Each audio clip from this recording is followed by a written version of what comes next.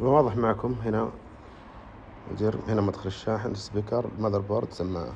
الحين اللي بنغير مدخل شاحن. حلو، هذا هو فكينا تخلصنا منه.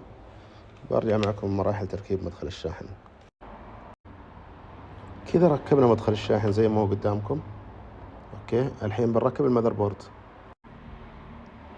تم تركيب المذر بورد حاليا، واضح معكم. طبعا ماني شابك البطارية. الحين بنركب السماعة اللي تحت والهزاز. تم تركيب، طبعا ما راح اقفل المسامير الا بعد ما اجرب. تم تركيب السبيكر، الهزاز، المقوي حق الشبكة والواي فاي. والحين جاء دور تركيب الشاشة. جاري تشغيل الجهاز وبنجرب الميكروفون مع بعض. كان الميكروفون ما يشتغل. طبعا هو الجهاز مجدد.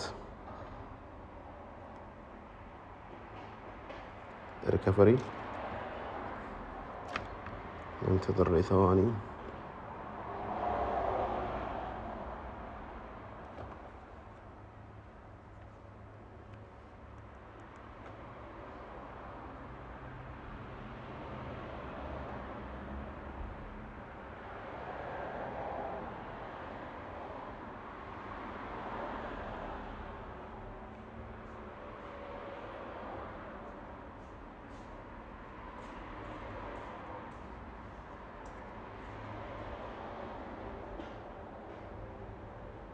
الو الو، واضح معاكم الميكروفون شغال الحمد لله.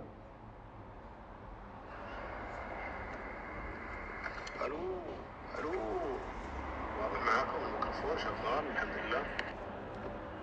خلاص الحين بنكمل باقي المسامير. الحمد لله انتهت المهمة بنجاح. هذا طبعا مراحل تغيير مدخل الشاحن، لانه كان الزبون عنده مشكلة في المايك. اللي يقول ليش دخل مدخل الشاحن في المايك، شوفوا المايك هذا، قطعة المايك متصلة في مدخل الشاحن، تجي قطع كاملة مع بعض.